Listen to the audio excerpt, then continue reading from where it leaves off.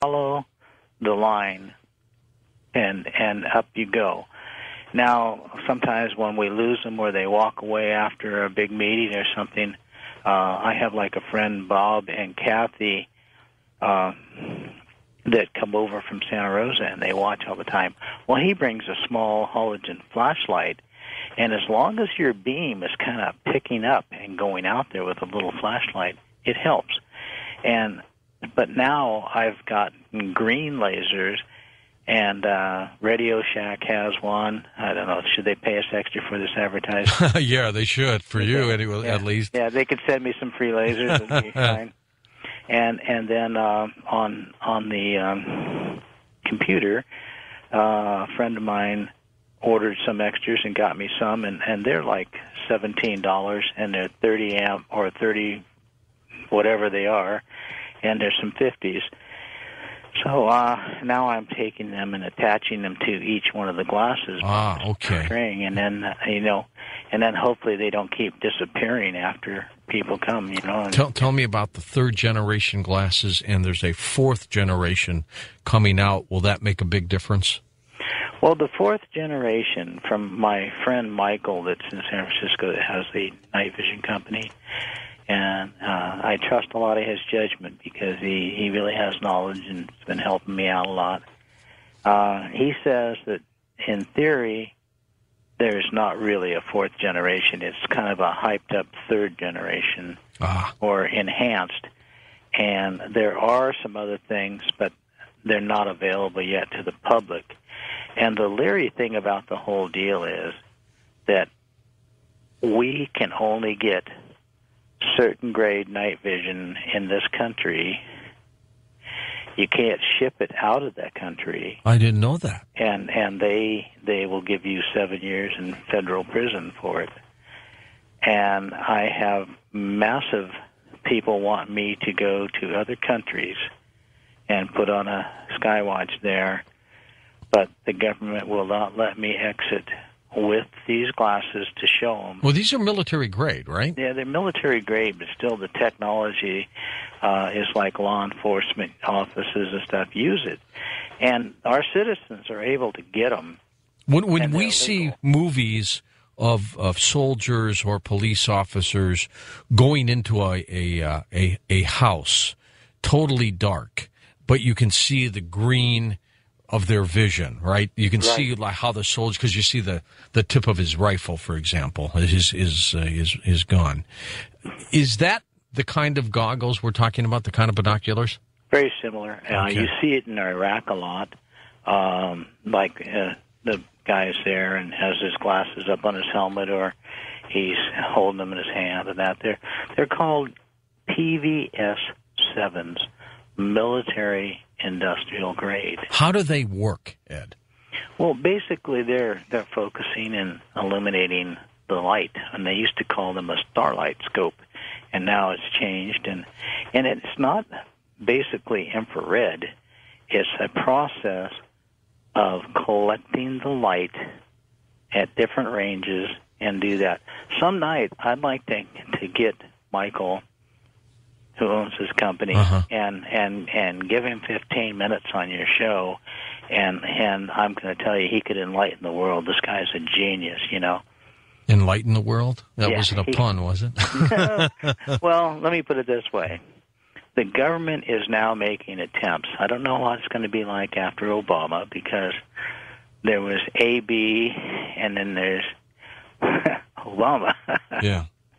But I'm gonna say that if the government's secret programs and stuff had their way, they want to keep the citizens in the dark. Literally. And these glasses puts the light on the darkness. Oh no, I'm a believer in this. I'm the not the skeptic, but I go into these things, as you know, Ed, cautiously. I want the answers. I want the truth. I have never seen UFOs. I've talked about that on this program. And sure enough, when I was out there with you up on that roof, I saw two things I cannot explain. And to me, then, that's the definition of a UFO. Well, actually, you saw three, because that one that flew along speeded up, slowed up, stopped, and then took off and left, that was your first one, and that was a different type vehicle. The other two were different UFOs. Ah. And so you've got I thought it was the second one. I thought was the same. So you're saying I had three that I was looking at. Yeah, the other two that you saw was when you were holding the glasses on your own, and I was trying to show everybody stuff. Right. And the first one that I showed you, I was telling you, this is how you look, and I go, whoa, there's one right now. And I pointed the laser, you followed up, looked at it, and was tracking it, and then it started to slow up, and then it stopped. And you said, where did it go? Yeah. That was your first one. And then you saw two more after that were the Delta type. What's so remarkable about this, Ed, is that when you look at these, when you look at the sky through these, they're everywhere. I mean, it's not like you got to sit there for 10 years and maybe you'll see one. I mean, they're there almost every time you go out and look. Well, I know George Knapp, whatever. He, at the one conference you were there, you kind of stood up and took my side, but we had said, or Bob Oliver from the radio station Quantum Leap in Monterey, he's been out with me a lot, and he's getting pretty sharp at finding them, and he, every time I'd go out, I would find some for somebody. And the only thing it wouldn't be is if it was clouded over or rainy or the fog came in or that kind of thing. And there's so many different types. Absolutely. And by the way, nice job. Jose Escamilla put together a incredible video with you called UFO Wars. And I want to talk about the shootout after the break here, Ed. But there is something going on up there, and I don't know what it is, but we'll find out from you on why you believe that it's a extraterrestrial war.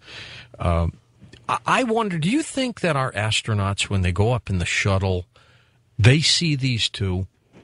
Yes, I think that they're sworn to secrecy, and one of the things that you've found out in the past, or people have talked about, and even gave me information because I'm taking their word for it, but many astronauts are members of the Freemasons and different elite clubs. And so I think that they are probably sworn to secrecy.